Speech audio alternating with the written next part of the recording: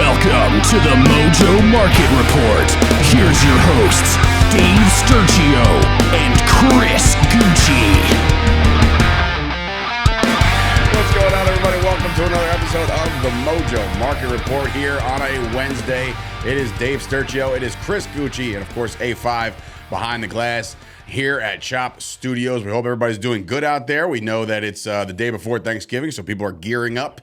People are starting to travel. People are starting to stuff the turducken and all that good stuff. And you got any plans? Anything? Yeah, I just figured it out. After the 48th time I've been told this week, I finally understood what they were saying, and it's we're going to my sister's house. I just don't pay attention to these things. I haven't made Thanksgiving plans in my life. I just get told where I'm going, and I go. Oh, so you're a point and click guy. Like, Chris, here. Yes, here, 100%. What are we doing this year, Mom? Okay, deal. That's it. What do I need to bring? Okay, deal. It gets complicated when the families get bigger and people want to start hosting, right? Like, you would have to pry the Thanksgiving Day dinner out of my father and bonus mom's, like, dead lifeless hands. You know what I'm saying? Like, you couldn't get away from it. But now, my brother's got a new house. I have a house. Everybody's got a new house. So it's just like, well, that's what we got to spread the wealth. Typically, it's my mother that does everything. And even if we go to my sister's house, guess who's doing everything? Your mother. It's my mother. Yeah. So, yeah. Because she won't let anybody do anything else. It's called control. Yeah. So, anyway, we got a pretty good show in store for you today because it is Thanksgiving. We have 3 games to talk about. We'll get into that in a little bit. But yesterday, right around midday, it's always these guys, I'm telling you, whether it be James Shiano or Tom or some of these guys over at Mojo, they send us these gems. I mean, like, they're keeping up with all the statistics from Jump Street till now because you want to know where the trends are, how people are moving, which guys to avoid, just little things about the market that I'm still educating myself on the day-to-day because, again... Well, I'm a complete expert. I'm well aware. No, I'm kidding. There's so much more to learn from me, but it's been a great time. And look, those things that we were talking about yesterday, it was from the point of the season, the start of the season till now, and it's the top movers on a list. Yeah. Honestly, as I was looking through it, I was expecting to see all bums. And when I say bums, I mean guys that got drafted in the 4th round. There's a lot of good players on this list. I'll just run through a couple just because, again, these are the guys that you've already supposed to be. When you first download that Mojo app, in fact, when Mojo first came around, they were giving you the option like, hey, here's free stock in this, and this, and this, right? Like, so some of these guys are on that list, and some of these guys are superstars, and we're like, okay, based off the Mojo and their market value and basically their banked value, and the superstars don't typically move too much, but these guys moved a lot. And I'm not talking about multipliers because obviously you add the multipliers, it's a whole nother world. But I'll start with the guy that's real. First of all, I do want to shout out the biggest mover. He's not a bum by any stretch. Terrence Marshall, by the way, is top dog, biggest mover since the first week of the season.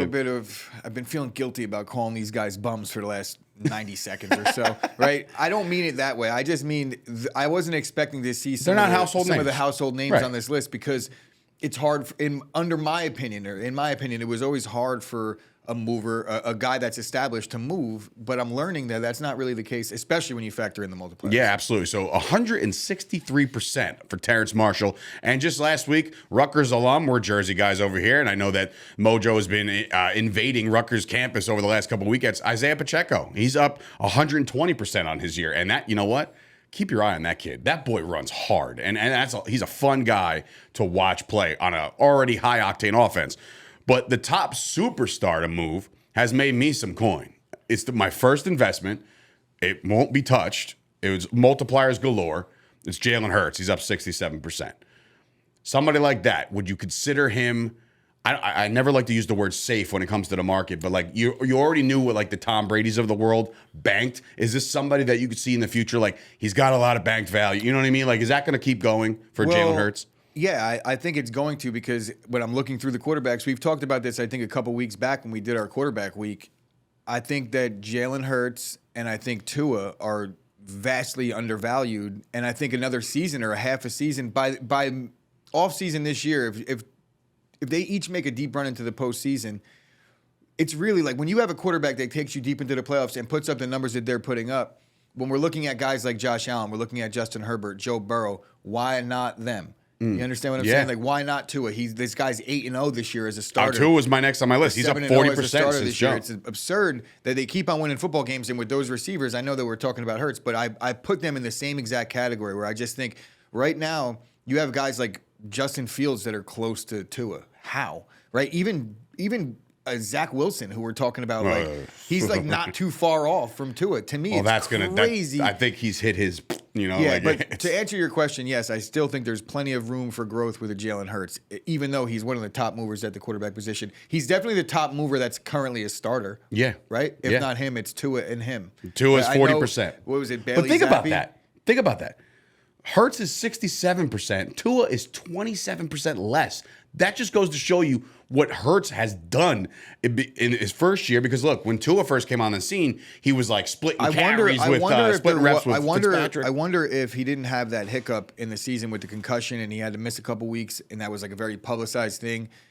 I wonder if Tua would be up a little. I mean, I'm sure he would be with those 2 more games. And I'm sure he has to climb the way back up because he spiked down when that happened. He did, exactly. So, yeah, I mean. So, Jalen Hurts, knock on wood. I mean, I don't root for injuries, but if something were to happen to Jalen Hurts or he tweaks his hamstring, I think Tua, I still think Tua is the best buy at the quarterback position right now. 100%. I wholeheartedly agree.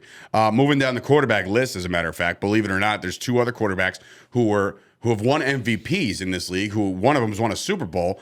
Lamar Jackson is 22% up and Mahomes is 21% up. These are without multipliers. So it's clearly that the market dictates that these guys are on this trajectory. They're not coming down. I've raised this question to you before about a guy like Lamar Jackson who's about to cash in. You would think, right? I mean, like, there's not a weekend that goes by that I'm watching Lamar Jackson play and I'm like, go ahead, pay him all that money. Go ahead, do it. Because he makes one mistake where I'm just like, like, how can you give him all that money? But at the same time, it is Lamar Jackson. He's a former MVP. It is Lamar Jackson. He is a former MVP. And at the end of the day, when we're looking at the Ravens offense, from now until the end of his tenure, he's going to be the guy that you have to focus on more so than anybody. Any team in the league that's quarterback hungry right now would gladly pay Lamar that money. If Dallas didn't have Dak, they would be on that list as well. I mean, it's Lamar Jackson. Yeah. Trust me, Dave. Trust me. And to your point about, go ahead, pay him all that money. Who are we talking to? Like, every quarterback is getting that money. It's so funny. I actually looked at the quarterback like hierarchy of payments right now. Like guys like Stafford are making 35, 40 million a year. So we're looking at what are we doing here? What people are making at the position. Would you agree that Lamar at least deserves 45 mil? Lamar's going to reset the guaranteed market. The guaranteed market. I don't think he's going to reset the market. The guaranteed market. How much money that dude gets up front and forever. I don't think so because Deshaun Watson did that, and that was like the rest of executives. And that's another one. We haven't even seen. I mean, that probably a story we should have been covering. I think we might be covering the Browns. We'll get into that next But like week. Deshaun Watson is oh, that's right. It's next week. So, but Deshaun Watson is coming back, and it's just like, all right, however you feel about the guy personally, it doesn't matter. The guy's a superstar quarterback. You know what I mean? And he's going in there with an Amari Cooper, Peoples-Jones, Kareem Hunt. Keep your eye on that stock because right now it's probably at its lowest. Yeah, for sure. Keep your eye on it. But I mean, the Browns, their season is kind of in disarray right now. They've lost a lot in a row. And they've made some games close, but yeah, that season is over. And I do think going forward, Deshaun Watson next year could be the guy. But yeah, I don't know, man. I'm looking at the 22% for Mahomes, 21% out of the other. Who was the other guy that moved?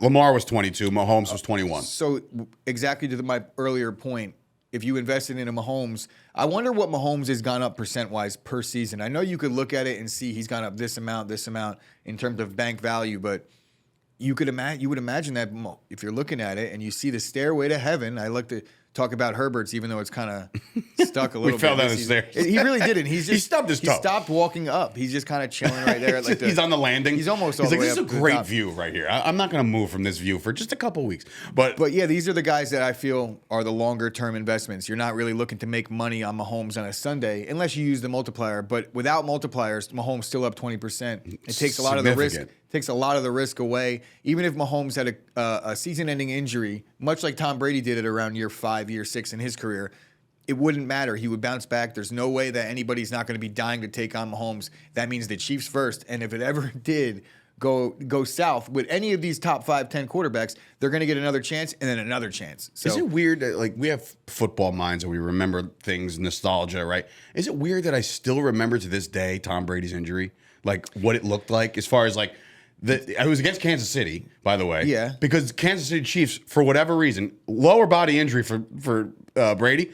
they have like stairs to get to their locker room. Like it was like a weird. I'm like sitting there like, you're putting Brady down the stairs right now. He just hurt himself. Yeah, I don't know it's why. not weird. I'm a psycho with that I stuff. mean, it's Tom Brady's the major injury that he suffered. He's the That's best it, yeah. quarterback in and then he the got a history of the bionic NFL. leg. Of And he's course just you like remember. a reinforced steel. Like he's fine. As far as the other positions are concerned, Saquon Barkley, obviously, we've watched him do what he's doing this year, healthy right now. He's up 17% since the start of the season. So he's up good. I significantly see that staying on course. The Giants, as long as they're in competitive games, they're going to try to establish a run each and every week they're playing. So Saquon Barkley's volume is going to be through the roof for the rest of the year. You would assume, right? Yeah. I think there's going to be, they play the Eagles 2 more times, so there's some openings on the Eagles. Ready for the defense Giants the next run. 5 games? Oh, I know what they are. They're against the NFC East. Yeah, I know. And then they It's just insane. end with the Eagles. They have They a got the game Colts against in there. The Vikings too.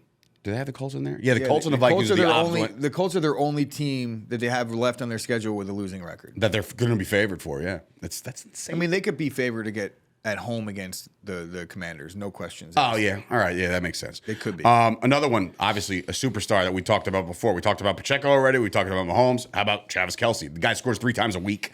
It's like insanity right now what he's doing and what he's able to do going forward. It's like, yes, you've added these significant pieces on the outside. Juju, Vantis Scantling, Valdez Scantling, sorry. Who? Even Tony. Kadarius now, Toney. Hello, darkness. That was the air coming out, the wind coming out of my Bro, sails, the air, whatever you want to call it. I can't believe I'm still not over that, to be honest with you. Like, just didn't see we're like, yeah, here comes the breakout game. We're all waiting for it. Here we go. He injured his hamstring. Just get him on the field. Like I'm so mad. I was like, dude, I'm not like, again, I didn't put a lot of money in his stock, but I was sitting there. I'm like, well, I just like to be right. You know what I mean? Like, I just like our shows to be accurate and correct. I mean, while we do give you the facts, I do like to have a nice prediction come true once in a while. So we're all in on Tony, and he's just like, yeah, that's cool, guys. No, yeah, but it's not over yet. No, it's not over yet. We'll see. Other side of the coin, there are some significant heavy hitters that have fallen off the face of the earth. And my question to you is a yes or no. Bounce back, and I'm talking about this season and going forward. So, predict Taylor? the future. No. I haven't. Taylor's not on there. Taylor's actually, I believe, I didn't look at Taylor, but yes, I think he bounces back. Well, yeah. I'm just now you're making me look him up because now I'm actually kind of curious that I didn't write Jonathan Taylor down. Jonathan Taylor for the season is actually down 14%. So, yes, you could see a significant bounce back. Yes or no? CJ Azuma is down 44% since signing with the Jets.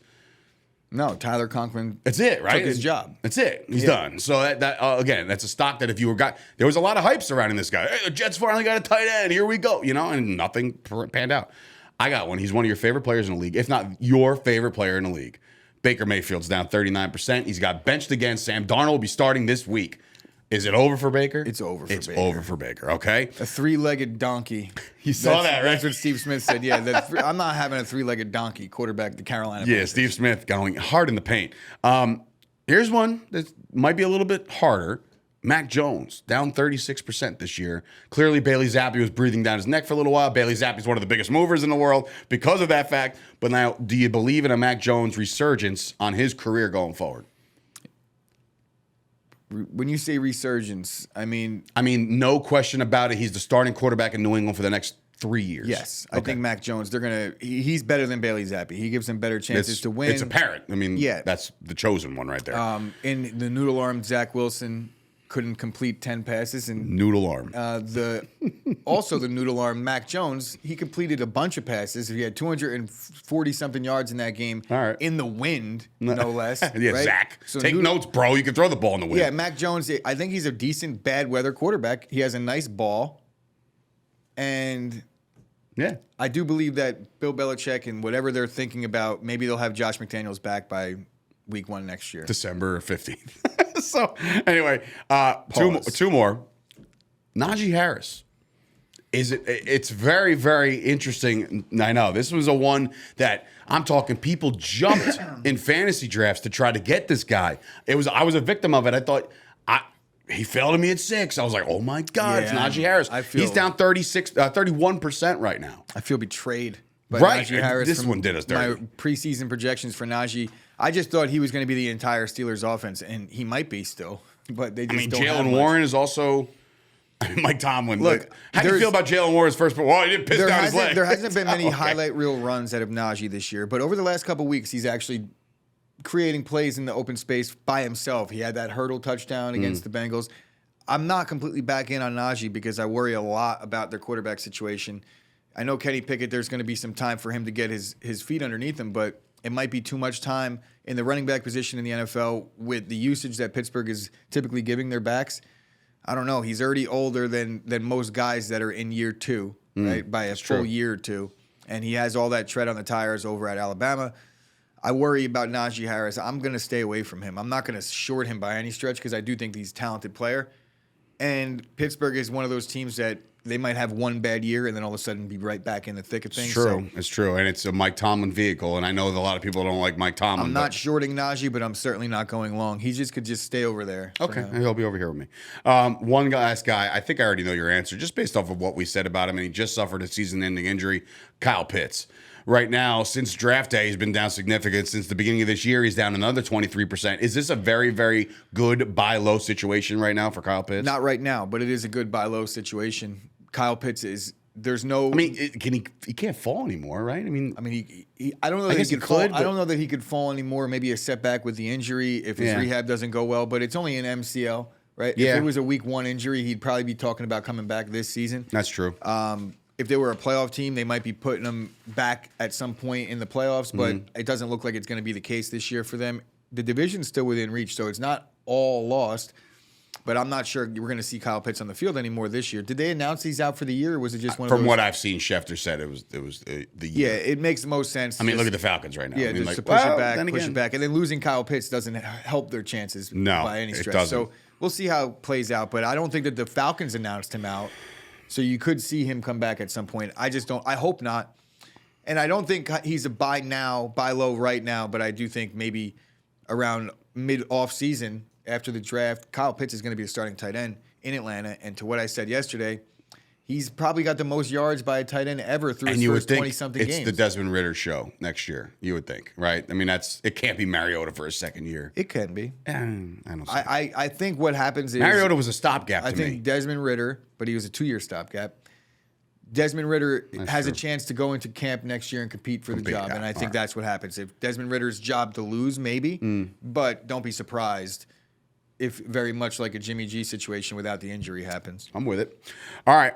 Let's play some football, right? Thanksgiving, it's all about football. You guys, what? Or dare I say a Geno Smith, Drew Lock situation Okay, that makes sense. where the vet just keeps the job. Thanksgiving Day is tomorrow, and I hope everybody enjoys their Thanksgiving. And in fact, the best part about Thanksgiving, outside the whole friends and family thing, is football. It's the third F of this entire equation.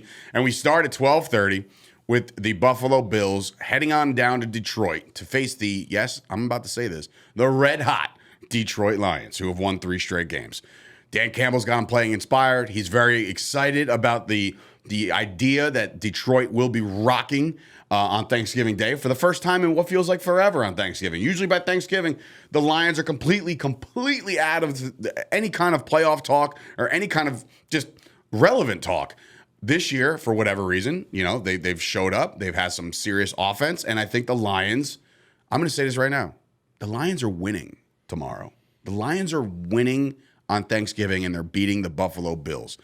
Come back on me on Friday, go for it. I don't care. But I think they're playing inspired football. I think the Bills, while I know they need a get-right game, right? I knew they just won. They did, but I'm saying, like, I And still they feel pretty much dominated that game. yeah, but people are still kind of now they're a little on the fence with the Bills, and I still think the Bills are one of the best teams in football right now. But when you look at this game as far as the Mojo Market is concerned, you start to worry about the bad defense for the Detroit Lions as far as what they give up. They're giving up 273 a game through the air against a Bills team that are salivating to get back right officially. Yeah, they don't do anything well defensively. They make big plays at certain points, but Detroit, they're a better team than I thought they were, I have to admit, right?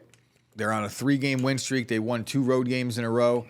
But I could sum this game up to, I'll make it a little analogy here. Do you ever see the movie Great White Hype?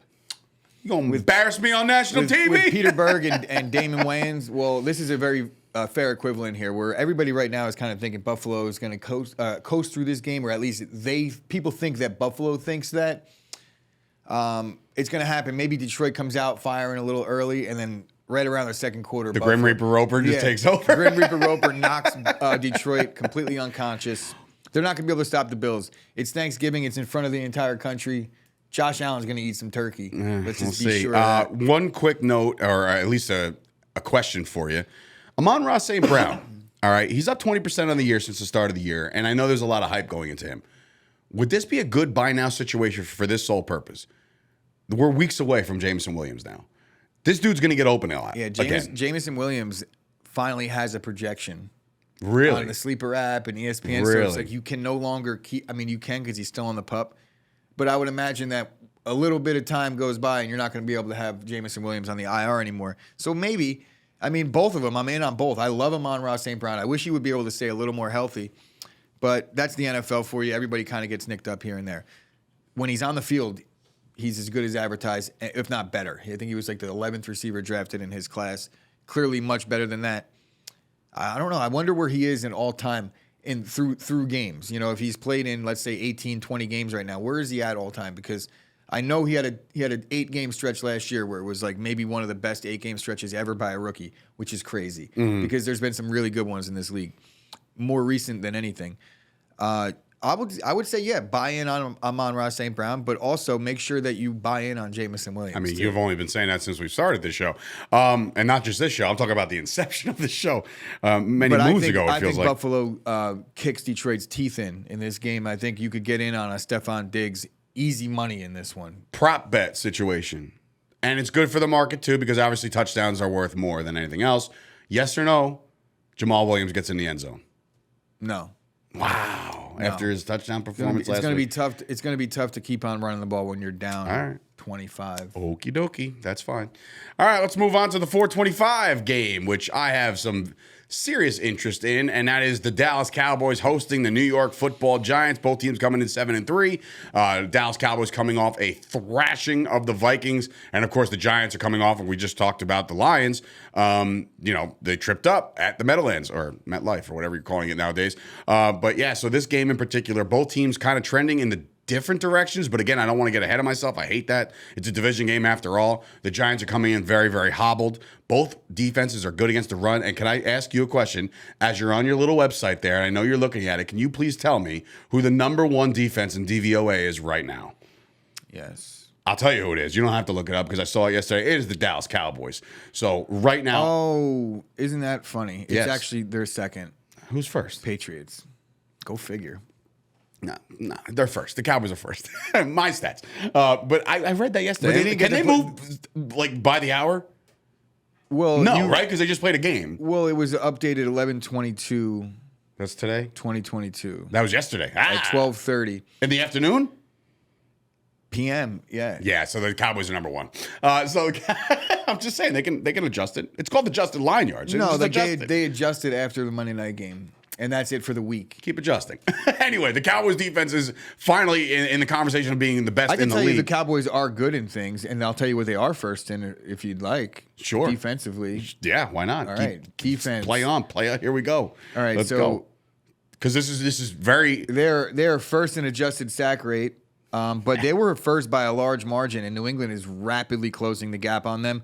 But it's not really like New England's closing the gap. It's just Dallas kind of tailed off. And this all has to do with the Giants' offense right now. Because, again, Daniel Jones is expected to move around that pocket a lot. Saquon Barkley, who's had himself, again, we just talked about him, a really good year so far. So what can you expect when the Cowboys' defense are pinning their ears back and they're doing what they're doing on defense?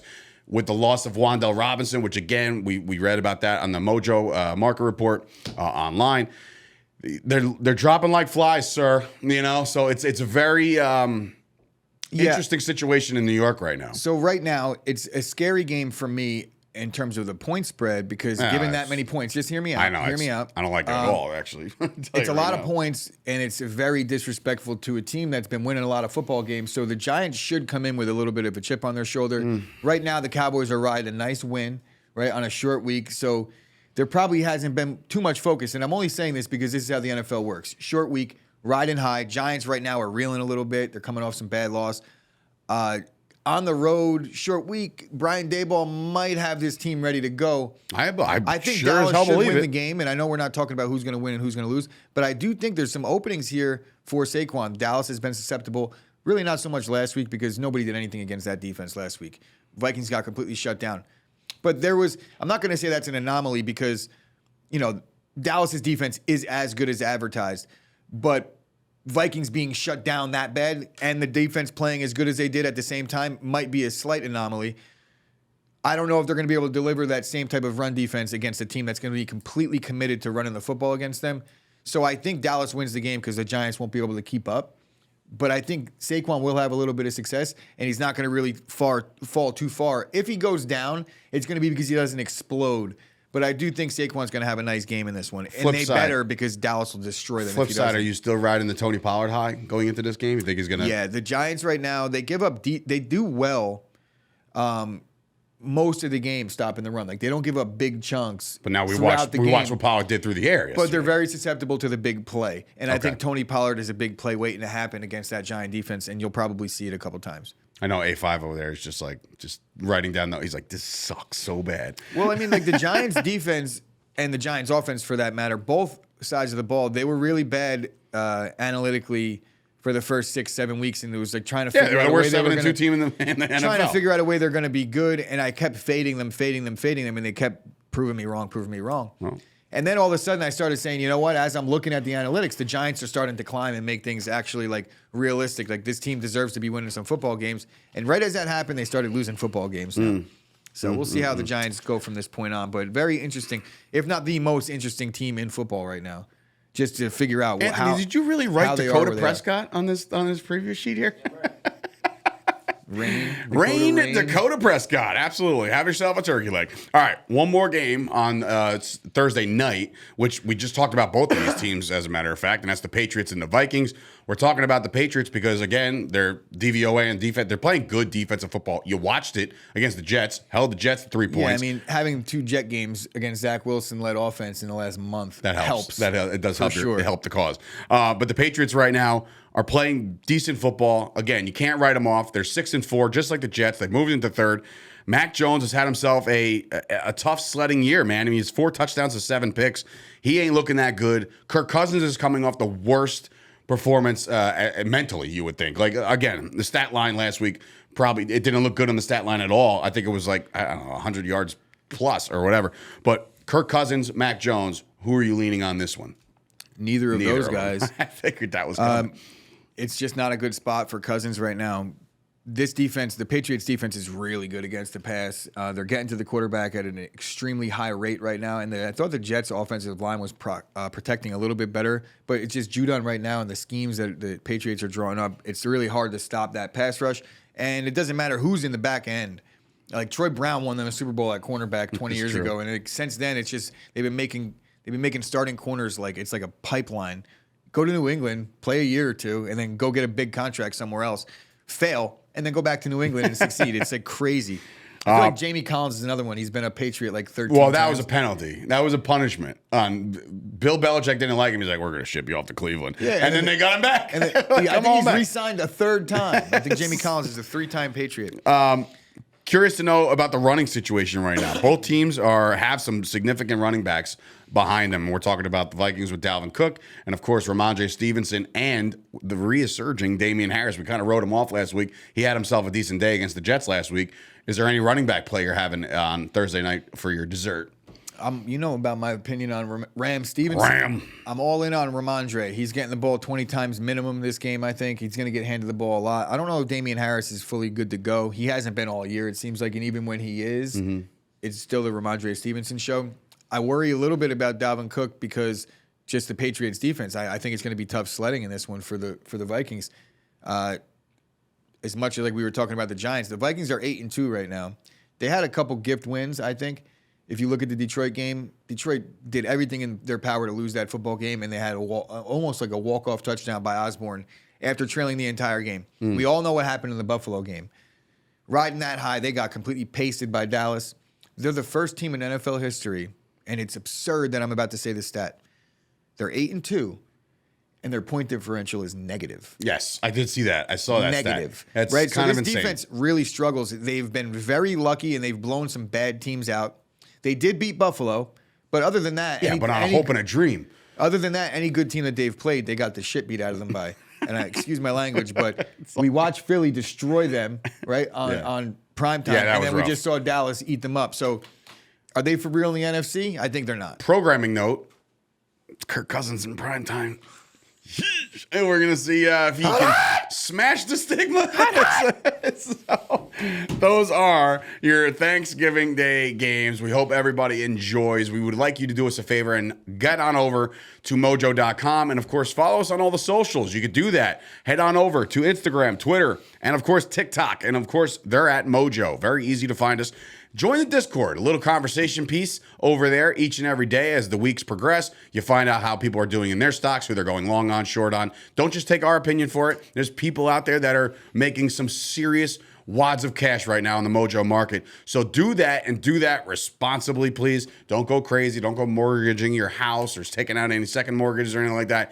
Do it responsibly. Have some fun on the Mojo market. Have some fun on Thanksgiving. Enjoy the turkey. For Dave Sturchio, Chris Gueci, A5 behind the glass, a very happy Thanksgiving from the Mojo Market Report to everybody at home. And we'll see you guys back here on Friday to preview week number 12. See you later.